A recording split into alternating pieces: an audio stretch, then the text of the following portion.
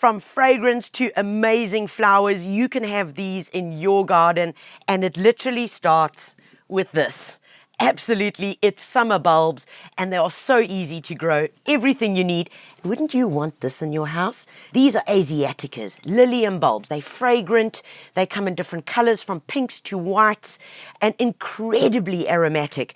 Last for a long, long time as a cut flower, which is even an added bonus, or you can plant them directly in the garden where they'll enjoy the long summer days. This, of course, pièce de résistance. These are Earrin Lilies. Their botanical name is Xanthidacea. Besides these, you're going to get beautiful amaryllis. They're tough, they're incredibly floriferous, and on one stem, you're going to get up to 4 to 5 flowers. Each bulb will shoot up 2 flowering stems. They're little Sandersonias, which are gorgeous to put in semi-shade, little bellflowers, and these guys are indigenous. Easy to grow. Once you've got them, you'll have them year on and year out. There's Trigidia, there's Gladiola, and they, of course, are indigenous, and one of the most widest, most beautiful range available of dahlias.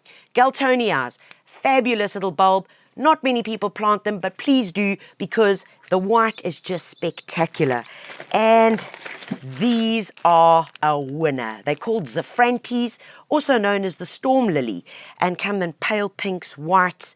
Also, so easy to grow. Pop them in the ground, let them do their magic, and enjoy. So let's talk about the basics of bulbs, what it is made up of. So this is the shoot, the pointy part where the green leaves and the flower stems will emerge from. This little part over here is called the shoulder, and this is the main part of the bulb. Now, a bulb is generally a storage organ.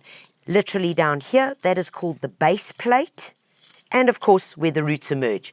I'm going to cut into this bulb, this beautiful amaryllis, and show you the flower buds that have already set. And there you are. Take a look at it. There are the flower buds. All you've got to do is add a bit of water. Now, bulbs are incredibly tolerant. In other words, you can grow some of them indoors, you can grow them in pots, and you can grow them in your garden. All right, guys, let's just show you how easy it is to grow bulbs. Number one, most importantly, all the instructions are on the back. The beauty about planting bulbs in pots is that they're portable. First thing we need to put in is some drainage pebbles, folks. So I've just got some ordinary gravel that we're going to pop in the bottom of the pot, and that just helps to make sure that the bulbs don't ever sit in water, which of course is not a good idea. Next up, we're going to need some potting soil. Please, folks, to ensure that your bulbs are going to do the best that they can for you, use a fresh bag of potting soil.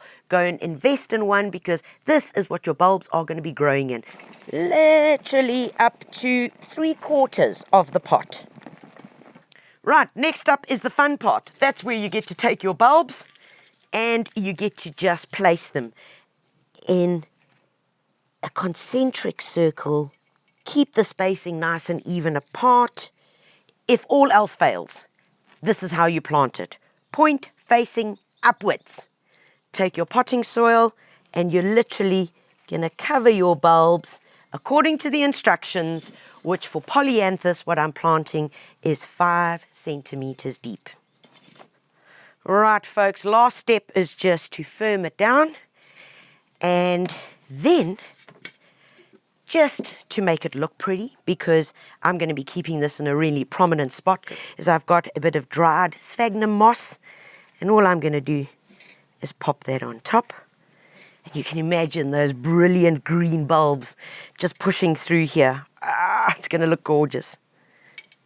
And the most important step of all, we need to wake these little bulbs up, and what we're going to do is give them a light watering, and you're going to continue to do that every second or third day, and as soon as they start sprouting, you cut back on the watering to approximately once a week. When it gets down to the food, use some bulb food and simply take a little handful, sprinkle it around the plants, onto the soil, and then just give it a good watering in. This can get done once a month during the growing season, and also on those bulbs that have finished flowering, to give them that extra bit of energy to suck up the nutrients for the next season's flowering. If you enjoyed this clip, like it, share it, and go to our YouTube channel where you can find out more about gardening tips and more on bulbs. But But right now, I've got loads more bulbs to plant, so cheers for now.